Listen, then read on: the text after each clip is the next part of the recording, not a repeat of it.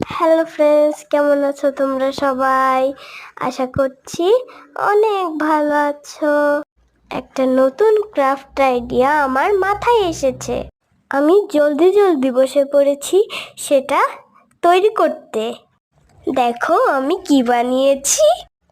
আমি নৌকা বানিয়েছি, মাছ, প্রজাপতি, একটা পাখি বানিয়েছি, ফুলের টবও এঁকেছি।